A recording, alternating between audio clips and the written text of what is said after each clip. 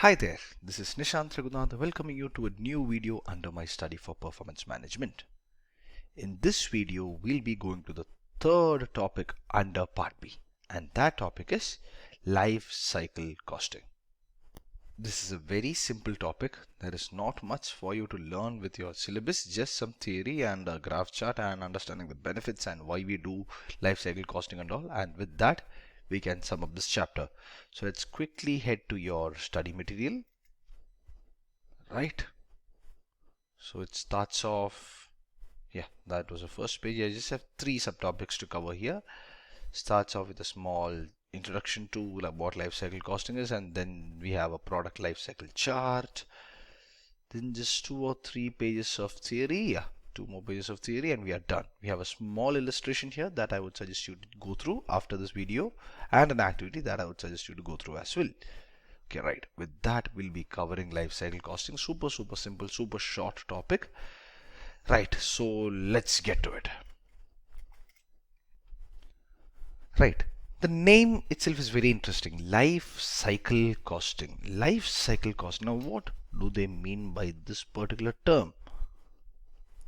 See, generally, we assess a product's profitability over a particular period, right? We always assess a product's profitability based on a period. Say, most common ways for a year, a financial year. Yes. Or it can be for a quarter. Yes. Right. So we always assess the profitability of a product over a particular time frame. Yes. And the common methodologies or the common time frames that we use are financial years or a quarter. But then in life cycle costing, what this principle of costing tries to convey is you assess the profitability of the product, you assess the profitability of the product over the entire life. Entire life of the product. So in order to assess the profitability, we need to assess the cost of the product over the entire life, right? And this would give us the complete life cycle cost of that particular product. All right. Now, what is the meaning of this term life cycle? A dictionary would tell you that life cycle means it's the various stages through which an entity or through which an organism passes from its birth to its death and the regeneration, right? So various stages through which an organism passes, starting right from its birth, ending at its death, and then the second generation being reborn, so regeneration. So there is whole cycle, birth, death, and then regeneration, and within that cycle there are various stages. So life cycle refers to those various stages through which an organism passes, right? So just like that, for a product, there is a life cycle as well. Right from, one second. So for a product, the life cycle will be as follows. Right from the designing or inception stage, designing stage, to its abandonment. Yes. So multiple stages in this whole journey, and then once it's abandoned, the next version of that product is regenerated.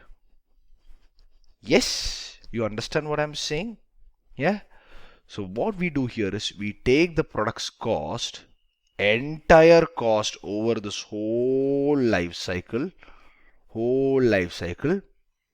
analyze it. We analyze that cost over the whole period, thereby trying to minimize cost and maximize profitability. Alright, now that is what life cycle costing is. A costing technique wherein you take the cost of a product over its whole life cycle. Its whole life cycle, not over a single period like a financial year or a quarter, rather the whole life cycle. And throughout this life cycle, we assess the cost at different stages, thereby trying to minimize cost and maximize profitability. So this is better explained with a chart. Let me just get that chart here. This is the same chart from your study material. Alright, so sorry, it got a bit small. Just drag it to a comfortable place. Alright. I hope this is visible for you. Right? So what you see here is a normal graph, alright, with an x-axis and y-axis. So in x-axis you have time, and in y-axis you have sales and profit. Alright. Now one curve depicts the sales revenue and the other curve depicts profit. Fine. So let's start analyzing this particular graph.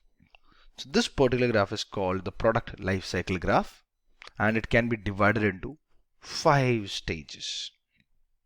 And the 5 stages are listed on the bottom: development, introduction, growth, maturity, and decline. So 5 stages.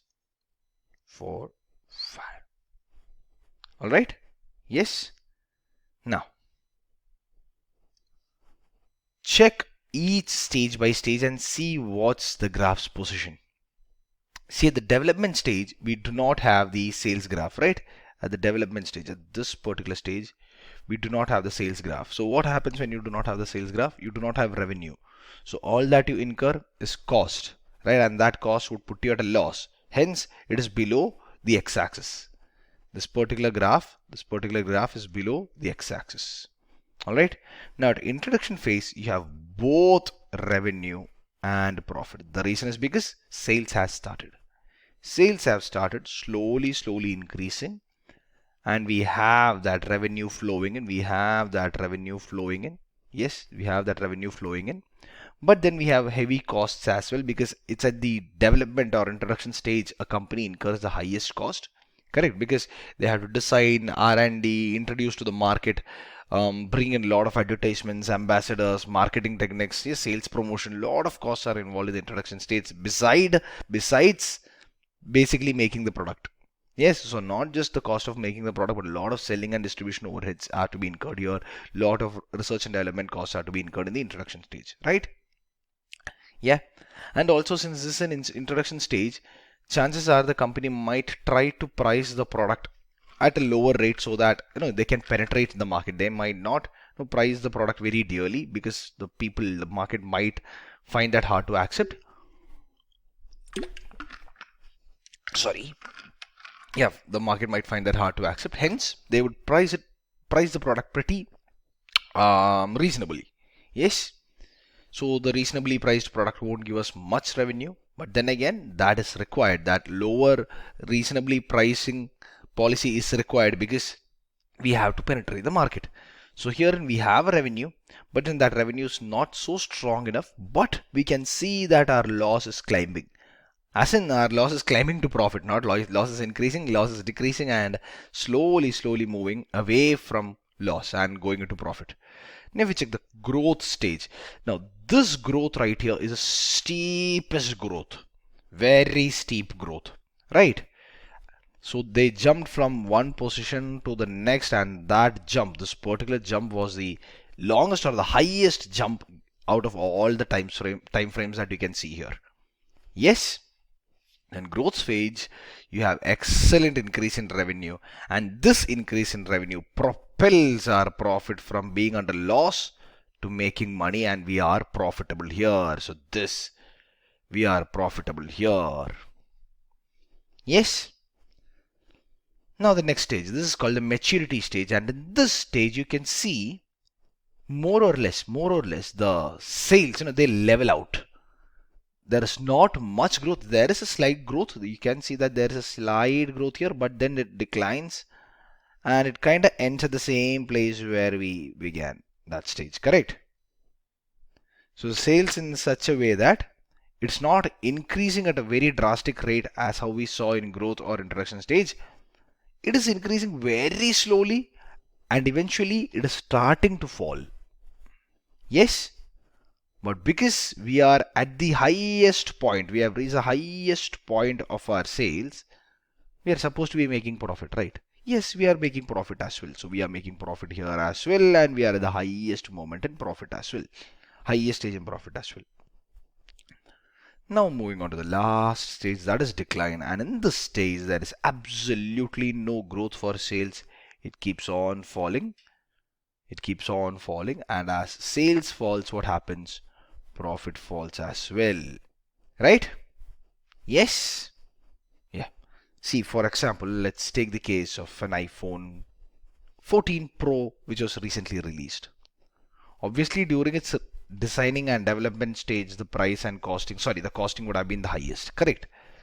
So I'm just leaving the development stage aside. I'm coming from the introduction stage. So during the introduction stage, Apple might have had to incur a lot of marketing, lot of selling and promotion expenses. Yes. So the costs are pretty high. The revenue is just starting to fall in. The revenue is just starting to fall in. So they are slowly covering. They are slowly covering. Let me just change the color of my pen so that's better. Yeah. So they are slowly growing from the loss with the increase in revenue. They are slowly growing from the loss and entering profit. Now all the introduction phase is done, the presentation of the product is done, the product has been listed at various retailers, distributors, online, offline, everywhere. So they incurred a lot of cost for bringing the product to the end of the supply chain. By end of the supply chain, what I mean is the end seller of the supply chain. Yes. Now the sales starts. Boom. The sales starts at a very high rate, and that increase in sales increases the loss and results the loss to reach profit. Yes. So everyone. So this is like, let's consider it to be today. Today we are in the growth stage of iPhone 14 Pro. Like the sales is growing by the day, and today is 18th of January 2023. It was launched last September, October, I presume. I'm not sure though. So right, the sales is increasing. Yeah, so it keeps on growing. Say 4-6 months down the line, say around like not 4-6 months, 3-4 months down the line, or let it be 4-5 months. Let it be like next June. So by next June, the sales of iPhone 14 Pro has maxed out, and they see a small dip in sales as well. Why could that be? Because the people expect by the coming September, iPhone 15 is gonna come. And since iPhone 15 is coming, let's not invest in iPhone 14 because this is going to be dated. This is going to be an old model. Let's not invest. But then, because of the increase that happened in the previous stage, there is a slight increase happening in this stage, and we reach the topmost level, and that has the same effect in profit. All right. Now we are reaching, say, June, July, September, October, November, the end of 2023. Slowly the sales starts to fall. And iPhone 15 is introduced, and the fall continues. The fall continues in sales, and the fall continues in profit as well. So we are entering 2024, the next year. There is sales, but it's still falling. All right, it's still falling. There is sales. It is still falling. But with this drop in sales, what has Apple done? They have brought in another product, iPhone 15 5. So as I said, we have the design stage, we have the abandonment stage, though the iPhone 14 has been almost abandoned right now, and then we have the regeneration stage. So we have reached the regeneration stage and we have brought in iPhone 15. Now iPhone 15 will be introduced to the market and will follow the same graph. It will follow the exact same graph. The time frames might differ, as an iPhone 14 might have been outdated within 1 year or might have been abandoned right after iPhone 15 was introduced. But iPhone 15 might continue after iPhone 16 is introduced as well. No, that depends upon the product. But then it will have an introduction, growth, maturity, decline stage, and then regenerate to the next product's design, development, introduction, growth, maturity, decline, then again regenerate, development, introduction, growth, maturity, decline. Clear? So this is how product life cycle works. Yes, now let's quickly go to your study material. So I just suggest you to read all this, just go through everything that's mentioned here. Yeah, they have given a sales and cost analysis during the different life cycles. So at development stage there is no sales, the cost is very high with R&D cost and all. At introduction the sales is very low, but the costs are very high because we still have that R&D cost, we still have these new costs like selling, promotion, advertisements, marketing, right?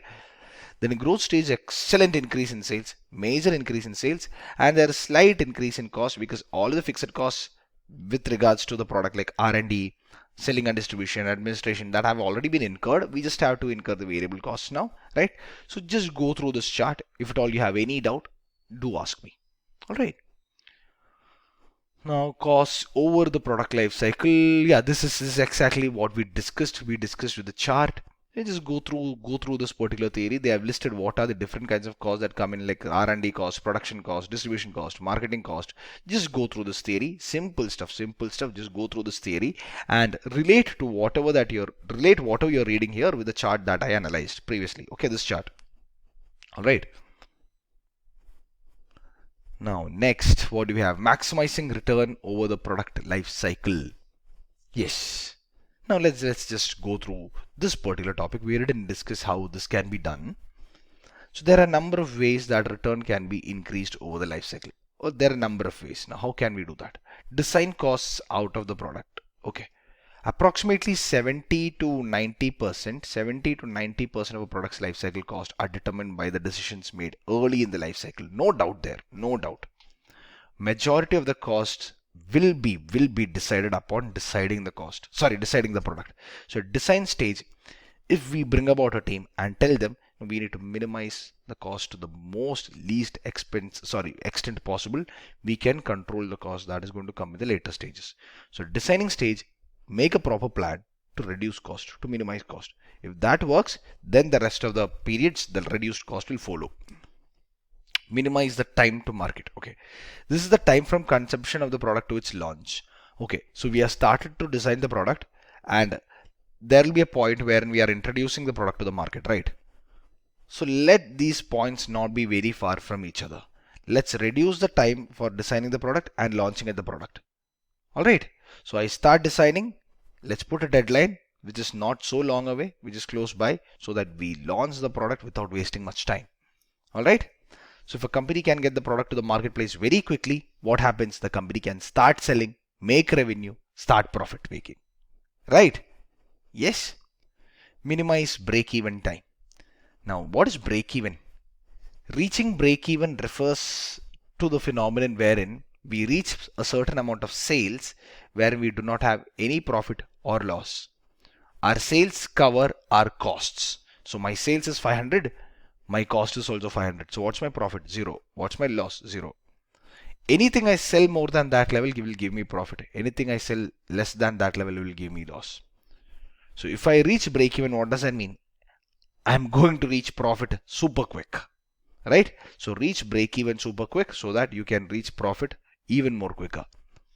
All right? Now then extend the length of the life cycle itself. For example, product development, finding other uses for a product, or staggering the launch of the product in different markets, right? Correct. So if you have a particular product, introduce it in a staggered manner or find different uses for that product and market it in different ways in different markets, and make these introductions staggered. Don't do it all of a sudden everywhere. So do it at area A once, then after a couple of days or a couple of months, do it at area B. Then after a couple of months, do it at area C. Then after a couple of months, do it at area D. Now this happens for motor vehicles. A lot of motor vehicles are not launched globally all over the globe in every country together. Some the companies launch their cars or their motorbikes at their biggest markets initially. Then they take these models and go to lesser, stronger markets.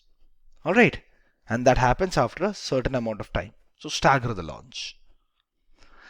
Right, why calculate life cycle cost? We discussed why we need to calculate, because we need to understand how this product is going to affect our revenue stream, how this product's profitability is going to enable the growth of our company throughout its life cycle, right? Throughout its entire life. Yes, the product might be very profitable to us during the growth stage, but what if it incurs heavy loss during the development and design stage, such that this profit is not covering the loss incurred? So we need to understand, right? That's why we have to do life cycle costing. So just go through this theory. It should be pretty basic. And finally, we have the implications, advantages and disadvantages. This should be very easy to read and understand on your own. Nothing much. Just go through your self-paced reading. I would suggest read it right after watching this video. Nothing much should be here. It's everything that we discussed along with the Apple iPhone 14 and Apple iPhone 15 example. So just go through these topics, just pure theory topics, and after that you have a small illustration and an activity. See if you can figure out what they have mentioned here. If you can, well and good. If you can't, don't worry, we'll be sorting it out in the live session. But I want you to try it out on your own first. That will enable you to have an understanding, not just have an understanding. That will enable to boost your confidence with the fact that by simply hearing the concept from my video, you were able to figure out what that concept is all about, and you were able to apply whatever you learned in the concept in this particular question without any help. For that, you have to give in an added effort from your end. Alright, so give that added effort. Try doing this question. Let me know if you have any doubt. Anyway, we'll be discussing this during our live session that's happening this weekend. Alright, then with that, we are done with this particular chapter. We'll be moving on to the next one, and that is throughput accounting, I presume. Let me just check. Yes, that is throughput accounting with the next video. Okay then, bye bye, take care. I'll see you in the next video.